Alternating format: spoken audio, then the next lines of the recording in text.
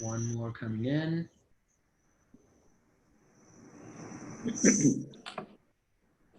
Okay, I want to welcome everyone to the, sorry, one second, to the first in a series of conversations with the candidates for mayor of Miami-Dade County.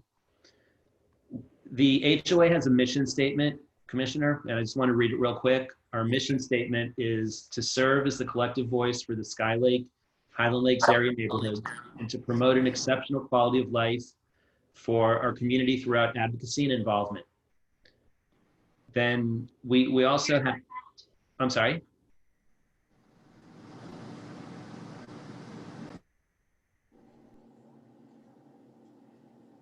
With that in mind, we invited both mayoral candidates to speak with the board individually to discuss issues that are of importance to the community.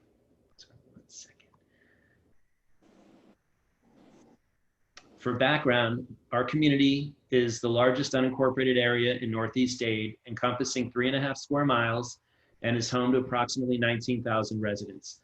The same questions have been provided to both candidates tonight in advance of the meeting in order to give them the opportunity to provide a detailed response. There'll be time allotted for follow-up questions. If there's time remaining after each of the topics has been discussed, we'll take questions from the board. Please raise your hands electronically in order to be called on. I'd like to ask the board members to remain muted in the interim. At this time, I'd like to thank Commissioner Bovo's staff for helping organize the meeting. If everyone's ready, I want to pass the mic to Bob Weisblum, who's our Chair for Government Affairs, who will be conducting the question and answer session. Thank you, Rick. Commissioner, can you hear me? Yes, I can. Good. Good evening, Commissioner, and thank you for participating in tonight's forum. We have picked several issues that are of concern to our community, and we'd like to get your ideas on them. If you are elected as mayor, the leadership you will display regarding these issues. And without further ado, we'll start with the first issue, which is the Aventura train station. The train station, in which ground has been broken, is located just south of Ives Ferry Road between Northeast 26th Avenue and Dixie Highway, which are both two-lane roads already at capacity. The proposed pedestrian overpass crossing US 1 to the Aventura Mall will not be built, if at all, for at least 4 years, which will necessitate shuttle buses running between the station and the mall. This area cannot handle additional stress. We ask you, what is your position to alleviate this traffic problem regarding our area? Oh my goodness. This is the same problem we have all over the county, so it's not unique just to you guys. Look, I supported the station as part of a bigger vision of what I have in mind for transportation in our county. We need to start figuring out how we give folks alternatives to get out of their car, quite honestly. And it may not be for any one of us, okay? We're all probably condemned to our car at this point, but the reality is that if we don't start changing the habits for those in the future, then we're just gonna continue to compound the situation that we have at this point. To me, we need to accelerate the construction of that station and the construction of stations all along that northeast corridor. That's going to bring some development that will be pedestrian development to be able to go right onto the station. I mean, a true TOD where people could literally walk onto their station. And this dynamic, which I know may be mind-popping, but there may be instances where people could literally live in Miami-Dade County and not have a car and be able to, to move. When we look at roads and capacity of the roads and really the level of service on those roads, it's a constant evaluation. If we have a failing road, obviously we have an obligation, if it's a county road, to make sure that we make the investments needed to improve the roads. Fundamental reason why I'm running for mayor. I felt that we for a long time had been getting away from the core service of what you pay property taxes. You pay property taxes for service. And unfortunately, we've spread our county budget in a way where we're investing more in social services than we are in actual services, which I think all of us expect as far as, road repair, garbage pickup, police and fire. I want to refocus our county government to work exactly on that issue. And transportation is fundamental key. We've got a problem all over our county. There are spots everywhere in our county where we're stuck in traffic and the roads are failing because quite honestly, it's just the way we've built in many instances. We haven't done justice to a true alternatives on transportation. But I did support the station. I'm going to work as hard as I can to accelerate that bridge from the Aventura onto the property so it could facilitate. And, we could, I think, as my role as mayor, I think we need to revisit not just your roads, every road in our county to see where we're failing, how do we improve. But we need more mass transit to get ourselves out of our cars. And then those that are getting out of their cars can leave the roads for all of the rest of us that want to stay in our cars. I'm glad you brought up that thing with the bridge. That's our main concern in the area. And as a member of the Aventura OGIS Study Advisory Group, me and Rick Sherma, at the last meeting, I brought up that specific problem because after their report, which they brought out that there's problems right now in the area with biking, pedestrians, and traffic problems, I said to them, the key is having that mall pedestrian bridge. Cars would then drive to the mall, which is plenty of parking, and then walk over to the bridge to the station, rather than with all the traffic increasing on that 2-lane highway that we endure every day. So that's the key. So I questioned them and I said, why is it 4 years? Who made that decision? Why isn't it being built in conjunction with the station? That makes the most sense. So at that point, they had no answer. They promised they would check with FDOT and get back to us. One person mentioned, well, it takes 4 years to design it. I said, what? 4 years to design it? So that's our key point, and we need the county to get in on this 100% to get that bridge built as fast as possible. Robert, it won't work, as you just stated. In fact, I think if I'm not mistaken, the county has property on that Aventura side, which works as a bus depot, if I'm not mistaken. And I think we need to energize that. And it won't work, quite honestly, without the bridge. The conversations that I've been privy to is that Aventura was willing to even be a participant in that bridge building because they see a benefit for them also, where those that could use the train to get to their property would be able to walk onto their property. So yeah, look, whenever you leave it to government, 4 years is maybe the standard because they got to study it and they got to do environmental studies and what have you. And some of it is just outrageous, but that station won't work as far as I'm concerned if you don't have that connectivity that goes over US 1 onto the property. Thank you. We appreciate all the help the county can do to get that moving. Moving along to the second issue is the short-term vacation rentals. So our community's quality of life has been severely impacted by the number of short-term rentals that are being used as party houses. The police are called constantly and are now only able to enforce noise ordinance violation since the mayor's executive order, which really did not provide much relief to our homeowners, has expired. Code enforcement is currently not able to work nights and weekends when these parties are occurring, which leads in some cases to a 45-day lag time for citations to be issued. What would you do to combat that situation and help alleviate our problem up in this area? Yeah, I think you identified the problem. Our code enforcement officers usually are not working, after a certain hour, especially on weekends. And, we've heard in other parts of our community, this starting to become a bit of a problem. We all think of short-term rentals, Airbnb and what have you, as being really coastal rentals, people using obviously beach houses or condos that are on the water. And nobody really thinks about it in another vein, which is, I think, the problem that you guys are having. Quite honestly, I think the easiest answer is that we're going to have to evolve a task force that works exclusively on this to address these issues, because you gotta be able to get them when they're actually participating in this party. Because by the time people report it, police is out there. Yeah, the police could disband the party, but that rental unit will go back online. We also, we did some work in the commission on this area of Airbnb. We wanted to make sure that when they rent, there are certain disclosures. We're not sure. I got to be honest with you. I don't know if our departments are doing the follow-up they need to on these disclosures, but there should be disclosures where there should be accountability for every single person that's in the unit. I can tell you, I've used Airbnb when I've traveled before, and I had to submit names of every single person that was going to be in the unit, their ages, and this was my family. And there's always a limit. You know, there's if the house had a capacity for, 3 bedrooms, so to speak, they had a capacity number, of 6 or 7 people, and you couldn't go past that. I think if we just do some better enforceability, we may be able to make a dent. If that doesn't fail, then I'm open for suggestion, guys. But I think, enforceability really seems to be where we've dropped the ball.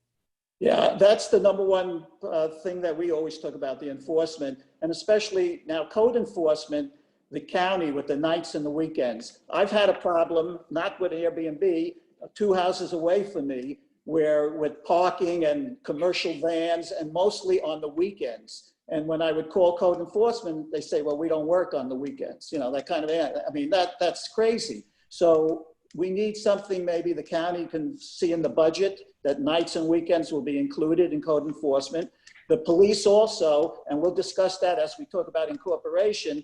A lot of times they're not in our area because our crime is smaller compared to the whole district that they service. So by the time they get called to come out, 2-3 hours, they may show up later, everything's over, like you suggested, the party's over. So it's a big problem that the county really needs to address as we move forward on this problem.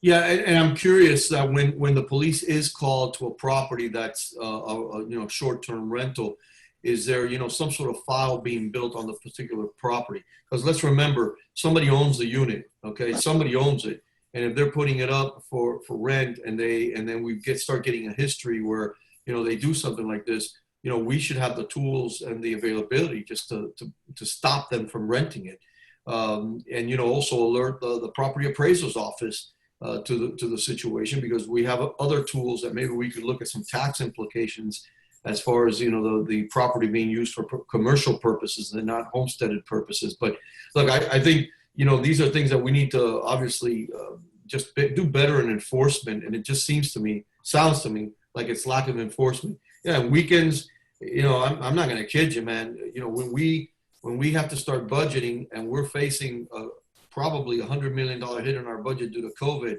these are the things that are going to be a challenge, but we could speak a little bit more about that as we move along in the conversation. Let me jump in for a second, Bob. Yes, Duran had a question. Oh, no, I didn't have a question. I was applauding. Okay. Oh, thank you. Thank you. Alicia, do you want to take a minute to offer up a comment? Yeah, Commissioner, one of the issues that we're having is that when the police are called, and I have one across the street from me, and I have to commend the police, because when I call them, they're there within 10 minutes, which, is great. But yeah. The problem is that when they go in, the people who are having the party will say, oh, we're not renting this, we're friends of the owners. And then the police can't do anything. So if they ask for a rental agreement, they say, oh, we don't have a rental agreement because we're friends of the owners. And this goes on every weekend. Now, I just found out today, in fact, a few hours ago, that the house is under litigation for noise and parties. But I've lost, I may lose a third sale on my house because of that house. I've lost 2, and we're a week away from closing. And we just heard from the buyer that he's very concerned about this house. Lisa, you moving out of Miami-Dade County? We're going mobile. You go mobile. But no, we are still maintaining a residence in Miami-Dade. Okay, cool. So look, I think you raised something and that may just be a gimmick, right, for somebody to get themselves out of a situation and say, they lent to the house and what have you. Look, obviously, we need to look at these things and tighten them up a little bit more. When they brought Airbnb to us, one of the issues that we looked as a county was making sure we collect all the taxes that are due to us. And that was really the lion's share of our conversation. We did have one of my colleagues, Commissioner Sosa, raise the issue that she didn't want the houses to be used for party. She didn't want the houses to be rented out for what she called back then, movie productions that were not of G-rated stature and what have you. So these are the things that she was very concerned with. And like I said, it just seems to me this lack of enforcement, and that's going to be a challenge for us as far as the county. As you all well know, it seems like our county keeps spending more and more money on social services than they do on the issues of quality of life that all of us pay for. It's one of the fundamental reasons I decided to run for mayor, to be honest with you. Commissioner, is there any way to address the ordinance to increase the minimum stay for a short-term rental? Would that help? Yeah, I think we need to visit it. I don't recall the ordinance right now on what the length of stay is, but there may be, usually these parties that come up are people that may take a 2-3 day rental, but they only really need the house for 1 day, which is for their party. So, I do know that down south in the Keys, there's a certain level where, like in Isla Morada, you can't do, short-term rentals. Further down the Keys, they do allow for long-term or short-term rentals for those. So, maybe we could look at some of the things that they've done in other places that might be able to work for us. I'm curious, in your area, how many properties you think are being used as short-term rentals? Well, right now we have 22 that Really? are active. Wow. Now, we've been fortunate that our relationship with the Intracoastal District of the Miami-Dade Police Department, we have a very strong relationship. They've done 3 or 4 details. They haven't done one in a few months, but they've done a couple weekend details, and they've put officers into the area. They've been proactive. But again, if they're issuing a civil fine for noise, it's still getting locked down for inside. So we've had conversations with Cindy Hoskin, who I'm sure you know is the chief legal liaison, and she's trying to figure out what she can do. But the biggest problem, again, like we know, is that when there's no officers on duty, it's a 45-day process to issue those citations, because she's had to go and subpoena these body cam to use for her documentation. And unfortunately, there's been cases where the police have not turned on their body cams because they weren't up to speed on what they needed to do in order to move this forward. So it's really, it's been a learning curve, but the police are doing the best job they can with the resources they have, which again are limited. Yeah, let me just touch on something there that you said at the end. You said that the police didn't have their body cams on? Yeah, there's been a few cases where reported and they claimed that they didn't turn on the camera because there was nothing going on. And again, we've had conversations with the major and with the lieutenant, who's been a very strong proponent of shutting the activity down before it starts. But again, not everybody on this call can give you firsthand accounts, but the ones that can, it's bad. I mean, to generate a detail over the course of 3 separate weekends, there was enough need from the Intracoastal District to put that detail together. So that tells you the severity of it. Well, I'm going to tell you, I'm going to look into that. I'm not going to throw you under the bus, but my understanding is that they're not supposed to have those cameras off. Their cameras are supposed to be on only, my understanding is that only when they're going to the bathroom or they're having lunch, they're off. But like I said, I'm not going to throw you under the bus so I don't get you in trouble, but I am going to. No. And the conversations that I've had, what I was told is the minute they get the call, the minute they're dispatched, the camera goes on. That's what I thought too, my friend. That's my understanding. Any interaction whatsoever with the public, that camera should be on.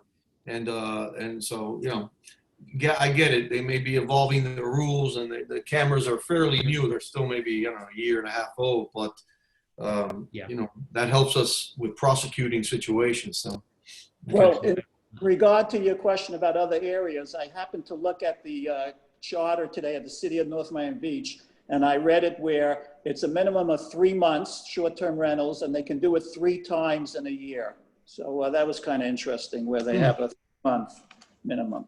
Yeah. As far as enforcement, that I don't know what goes on there. But anyway, we'll move along to the next issue, which is incorporation and annexation. So in 2018, our area of approximately 19,000 people tried to incorporate, and we failed in the election by 101 votes. We lost. Those who advocated for incorporation believe in the concept of government closer to the people is the most effective way of governing. Broward County works on the premise that it deals with the big items, regional issues, and all the areas in the county which are incorporated deal with the municipal issues. So the question is, what is your position regarding that the county should get out of the municipal government business and direct its attention to regional issues like Broward? And if you are elected mayor, will you lead the effort that the unincorporated areas of the county either be annexed by adjoining cities or be able to incorporate, so that people who know best, the residents, can govern themselves regarding the local issues? Yeah, so look, I'm a city guy. I served in the city of Hialeah. I saw the benefits of serving in a city council, and you're absolutely right. That that local government is much more in touch with your day-to-day. Take it a step further, you know, we all pay attention to the presidential election, but I guarantee you, nor Joe Biden nor Donald Trump are going to take out your garbage or make sure the pothole is fixed. So to me, that's all relies on local government officials, and I'm all in. For me, the caveat really is making sure that there's local buy-in, because when we did have a robust incorporation movement going on, where you saw Miami Gardens, Doral, Pinecrest, and Miami Lakes, which I represent, all incorporate, it was all done because of the lack of county services, to be honest with you. They didn't do it for social services. They didn't do it for any other reason other than to improve services. And I see this in the same vein. You know, I don't recall the particulars of your election, 100 votes. That's not bad. I lost my first election by 200 votes. So I would strongly encourage you guys to stay after it. Ultimately, what's going to make the deciding factor is that those residents that want it, can you sustain yourselves in the incorporation? I don't remember what your map may look like, but if you could sustain yourself, I'm not going to run interference on these things. I've been supportive as long as it comes from the ground up. Now, to the latter part of your question, look, when I first got elected to the Board of County Commission, I'm in the same vein of what you had mentioned. I think the county should be addressing the big picture items. You're never going to get a county commissioner to be able to, let me back up for a second. County commissioners will drop the ball, quite honestly, on the big picture items in our community, because we are constantly taking care of our districts.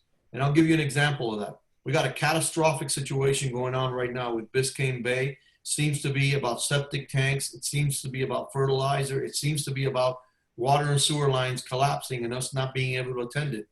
While I'm making sure, and I'm speaking in a rhetorical way because all my commissioners do the same thing, but while I'm making sure that the grass is being cut in the parks in my area and the stop signs are being addressed and what have you, the canals being cleaned, we have a catastrophic situation going on in our bay that now may cost us collectively as residents about $3 billion to fix. This is the problem when you have a county government or a government structure that really is not focused on these big pictures, and we're in the weeds, so to speak, because we're making sure grass is being cut. We're making sure that the stop sign is being taken care of. And if you really consider, I mean, these are things that municipal governments do. I represent an area today that has Hialeah and Miami Lakes, and then a swath of unincorporated Dade. I can tell you, it's very low maintenance as far as Hialeah and Miami Lakes. They have their elected officials. They take care of their issues. I'll do whatever heavy lift I need to do for them on behalf of the county. But where I spend most of my time as far as government is concerned is in that unincorporated area. And it all has to do with grass cutting. It all has to do with making sure that, the garbage was picked up on time. Again, municipal functions that should be taken care of. And then we could address Seaport, Airport, and the Bay. The problem is, guys, is that there's a big section of our county that is not going to let themselves be incorporated based solely on the fact that they don't want to pay more taxes. And, they see another layer of government as more taxes. So this is the conversation down in Kendall. This is the conversation down in a lot of the areas of South Dade where they're pushing back strong against having a municipal government. Because the residents are saying, look, I don't want another layer of taxing on myself. But, if you guys bring forward a plan, I'm never going to block it. I think the voters should decide. And if they want to do it, have at it. You'll be city number 35. So a couple of points just to follow up. First, you mentioned with the taxes, when we were doing the incorporation, our report showed that we were giving approximately $2 million every year in taxes to the county that we were not getting back in services. And that was a driving force where we wanted to incorporate. Also, another thing was when the Herald endorsed us to be incorporated, they actually called our area a blob.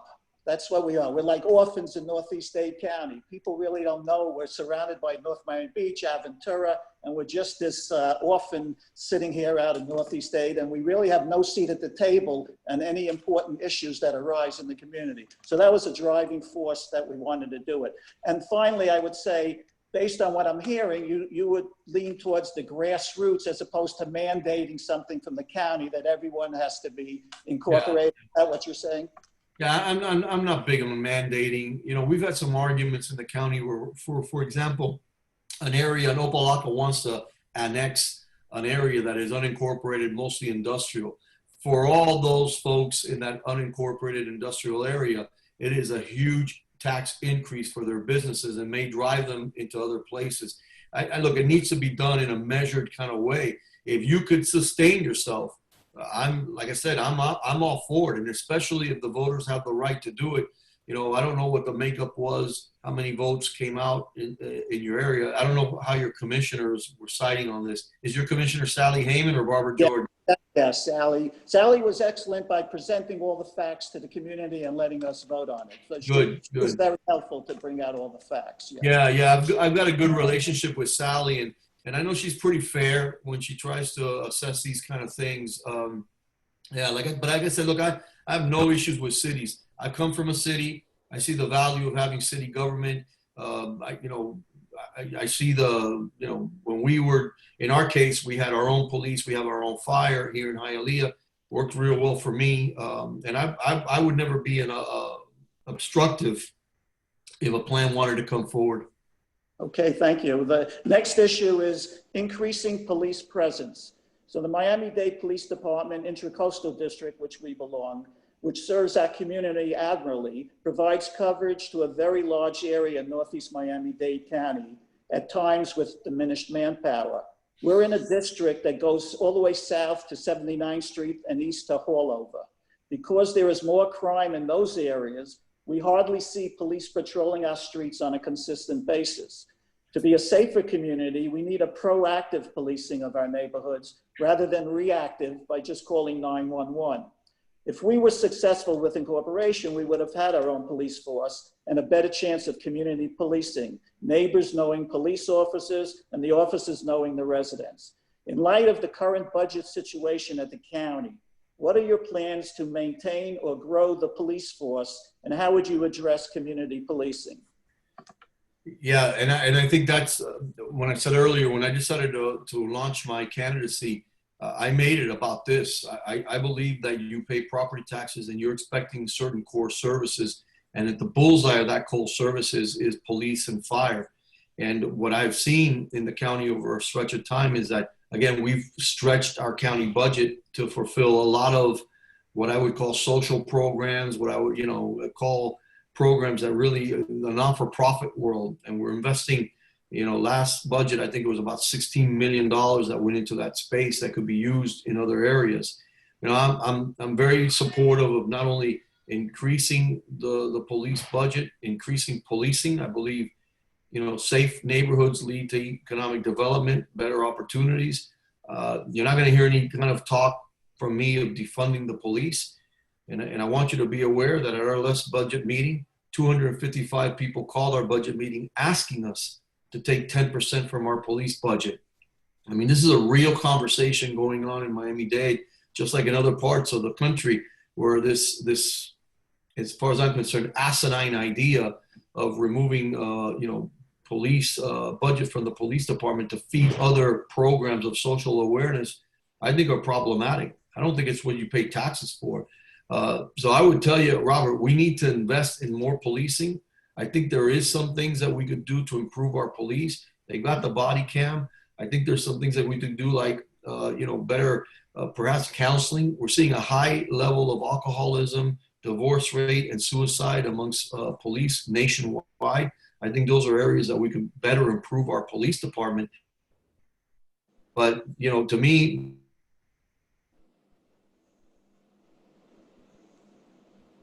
We lose someone? Yeah, we lost the commissioner. The commission's temporarily out of as commission. opposed to Okay, he's back. seeing it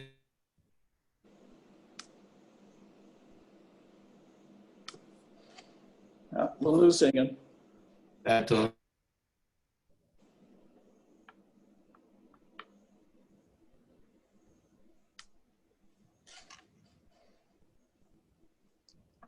Think we lost him.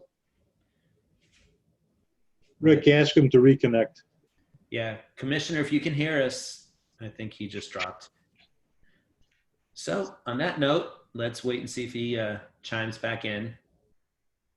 And Are you able to text him? let me see if he jumps back in. But I am going to make sure that this gets posted to the new YouTube page once the meetings end. It might be tomorrow morning before we get it up, because there have been a couple people asking that wanted to see it live. So we will make sure that this gets reposted. Here he is. He's coming back.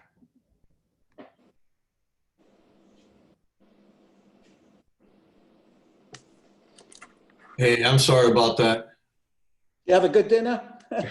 Well, I was going to tell you, I was giving away lottery numbers at the balance, and I hope all you guys wrote it down. One-time lottery numbers for everybody. So Okay. I'm sorry about that. I'm sorry about that. Look, I don't know where I got cut off, but basically, look, people want more police, and I think that's what we pay taxes for, and I think that's where we should be investing. You know, I don't want to entertain any of this conversation of defunding police or moving resources from the police department into other areas. On the contrary, that's what you pay taxes for. It's a quality of life issue. It really enhances your property. You know, show me a safe neighborhood, and I'll show you where you see economic activity. Go the other way around. You know, wherever you see slum and blight, you don't see police. And so that's something that we need to collaborate. It's going to be a challenge, my friends, because the next budget is going to be a challenge. Agreed. The ideal goal, and I know the budget is the problem now, is the community policing. When you start to know your police officers in the area, everything becomes so much more safer and secure. The next issue. Yeah, Miami Lakes, it works perfect, okay? Yeah. Yeah, I was saying that in Miami Lakes, the community policing works really, really well. And, you know, to have business owners know who their police are, have residents know who their police are, you know, see the police in our parks in Miami Lakes has really been a godsend, because, you know, you create this synergy between the department and the community, and then you see a lot more collaboration. Okay. Thank you. The next issue is the area east of I-95 off Ives Dairy Road, the deteriorating walls along Ives Dairy Road, just east of I-95 to northeast 26th Avenue. I'm not sure if you know the area or not, but the walls on both sides, it's a total eyesore. So realizing that the privacy walls along Ives Dairy Road are the responsibility of the homeowners, they have deteriorated to the point where it's almost an embarrassment to the community. We've tried to work with the county to come up with a solution to beautify and enhance the area, but have not been successful. What can be done at the county level to create a better first impression for both tourists and locals entering into the northernmost portion of Miami-Dade County? What kind of creative solutions, thinking out of the box, can we come up with, either public and private partnership? We're willing to work with the county because it's a terrible eyesore, especially when they had the Super Bowl and they were all coming through that Ives Dairy Road main area. It really is, it looks bad. Yeah, so educate me a little bit there, Robert. You stated that the walls was responsibility of the homeowners? That's what we've been told, because it's right on their edge of the border of their homes. And I think Commissioner Hayman said the problem was with the homeowners. And I told her that we did one on Northeast 18th Avenue where I live. And all you got to do is go to the homeowners and have them sign a waiver. And I'm sure they would gladly like it to enhance the beauty of the neighborhood by enhancing the walls. I thought that was the solution, but nothing has come of that. We'd like to pursue that with the county to see how we can solve that problem. Yeah, and then just one other follow-up question, just do they have, not that I'm interviewing you, but it may help me get to an answer. Do they have a homeowner association that contributes for the maintenance of that wall? Not that I know of. They don't? We are the homeowners association in that area. We have our membership dues, you know, we have some money in the kitty, but they don't contribute anything specially assessed for anything like that. Let me chime in on that if I can, and Yeah. also Bill Clayton could. What's going on, Commissioner, is that there's approximately 40 houses who abut that wall on both the north and south side of Ives. And the walls have deteriorated to the point where it's showing rebar. So initially, when I got involved in this about 6 years ago, Commissioner Hayman at one point was offering to supply the materials to repaint the wall, but the homeowners needed to do the preparation work. And then it became, then she was more concerned with having liability releases, and the insurance became an issue. So it kind of got tabled. There was an approach made to the Super Bowl host committee last year, since again, the gateway into Northeast State, and there were a lot of events in Aventura. The host committee came back last minute and said, sorry, we're not interested in helping you guys. So we're really back to square one, where if we go the nuclear route and code enforcement comes down hard on all of the homeowners, it's going to create a little bit of animosity. So we're trying to find some creative ways. Bill Clayton, who's on the call, had come up with some possible solutions of putting up a wall similar to what's on I-95, kind of also using it as a noise wall. Mm-hmm. But there's just not enough right of way. The way the sidewalks are positioned and with the legality of the sidewalks, they can't extend those walls out any further. We looked at potentially putting up some type of landscaping on the walls that would be beautification and noise buffering. We're hitting a dead end with that. So what we're looking for is some creativity to come up with a solution. I'll send you some pictures. I'll send them to your office so you can see what we're looking at. It's bad. Yeah, I don't think it's probably unique to your area, because I think I want to say that in Miami Lakes, when we were doing 87th Avenue, some of the properties that abutted 87th Avenue had some deteriorating wooden fences. And I believe the way we worked it out at that time when we were working on the road there, we may have gotten involved with the developer or the street construction people to go ahead and do some work on the walls for us.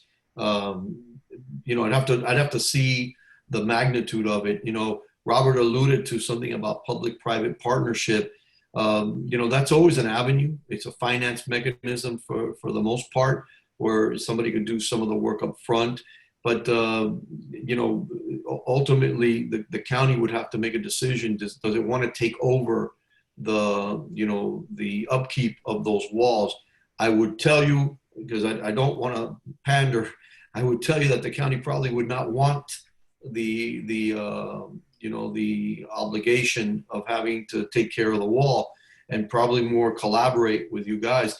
You know, one of the good things about being mayor is I could talk to Sally about these particular issues, because now as a commissioner, sunshine law provisions, just in case something comes before the Board of County Commission.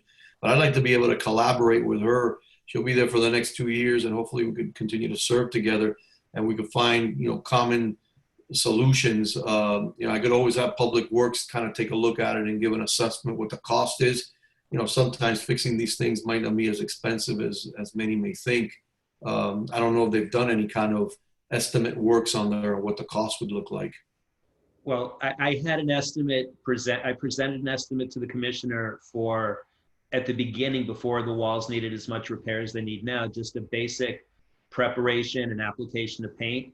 And it was less than $20,000 for the entirety of the north and south side.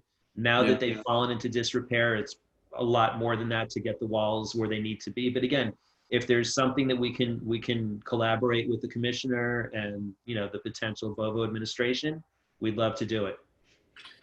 Yeah, you know, one of the things that we used to do in the city of Hialeah was, you know, when we had vendors come in and do some work in the city of Hialeah, we would be very encouraging to them to try to help us out with other things that could be done either through a donation, you know, where they could donate paint, or they could donate some work, additional work.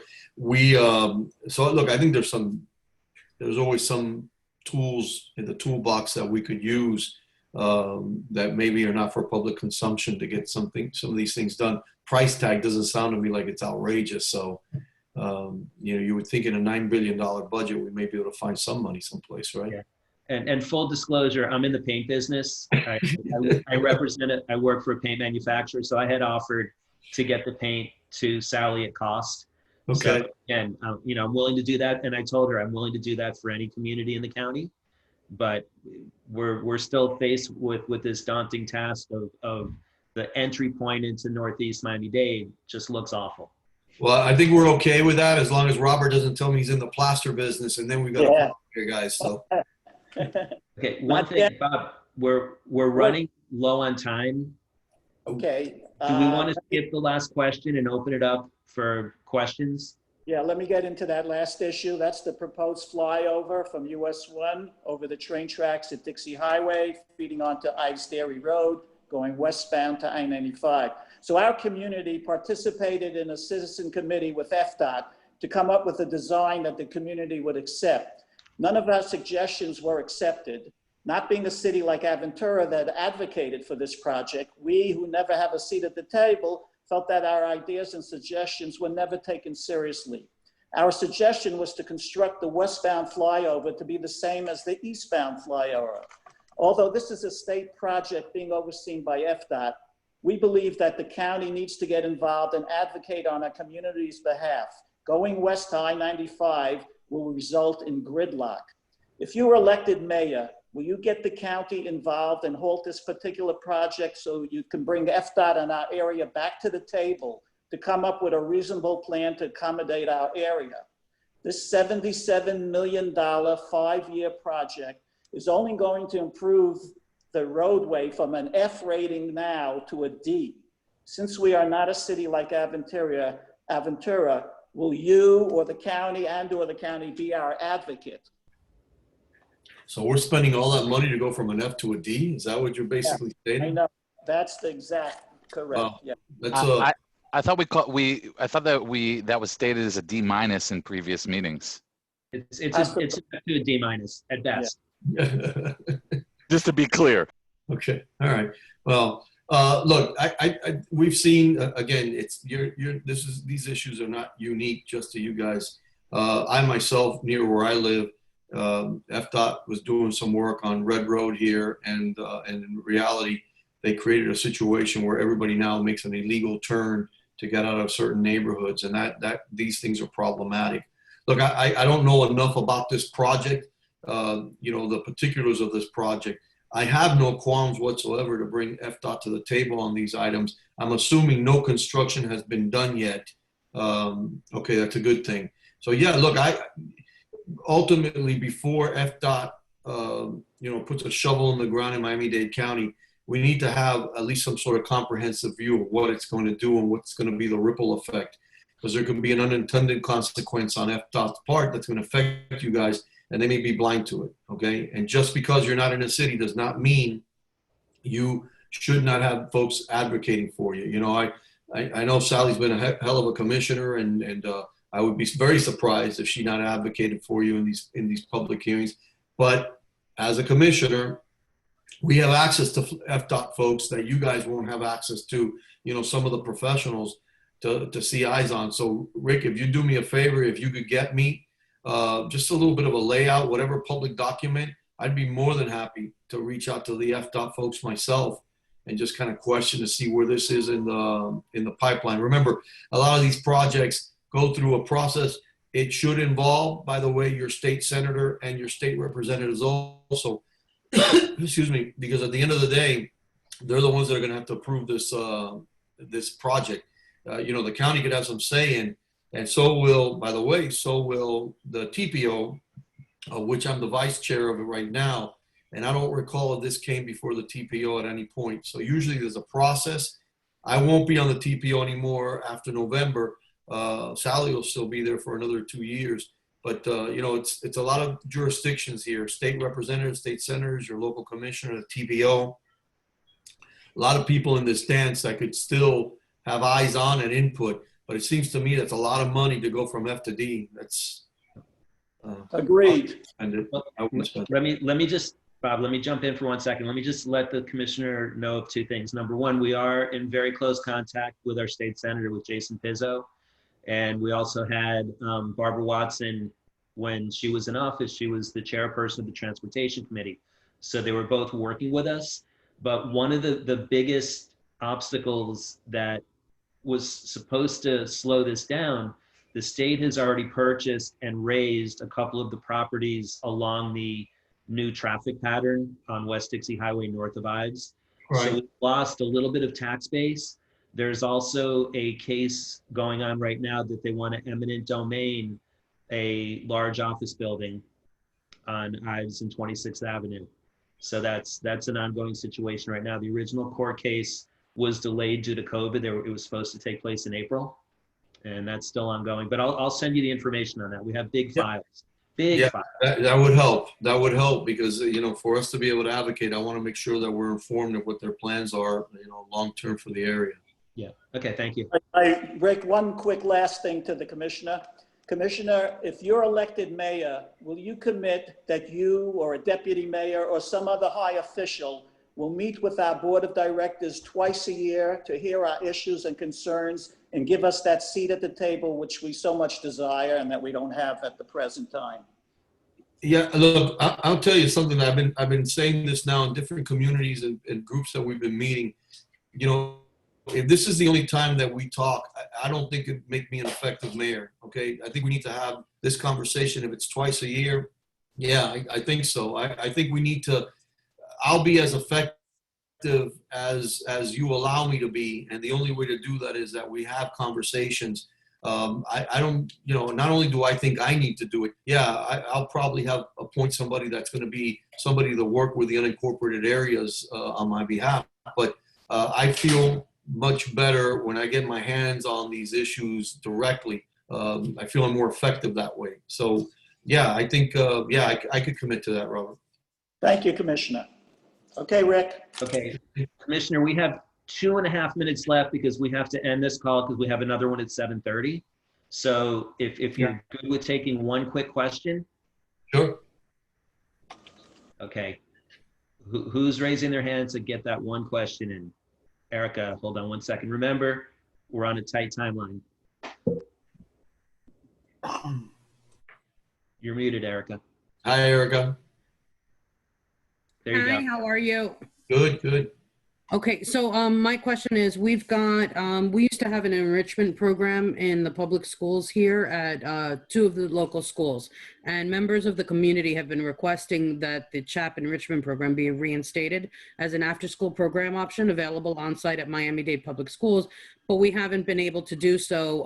We haven't been able to sit down and get a meeting with the superintendent or anybody else. They've just kind of shut it down and said nothing else. How would your position as mayor allow for you to help us get this done and get this program back in the schools that was serving over 200 families?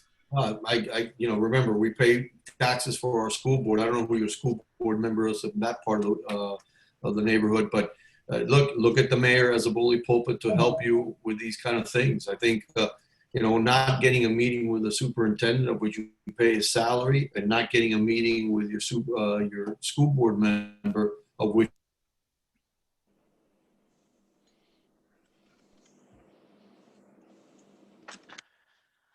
I want the lotto numbers now.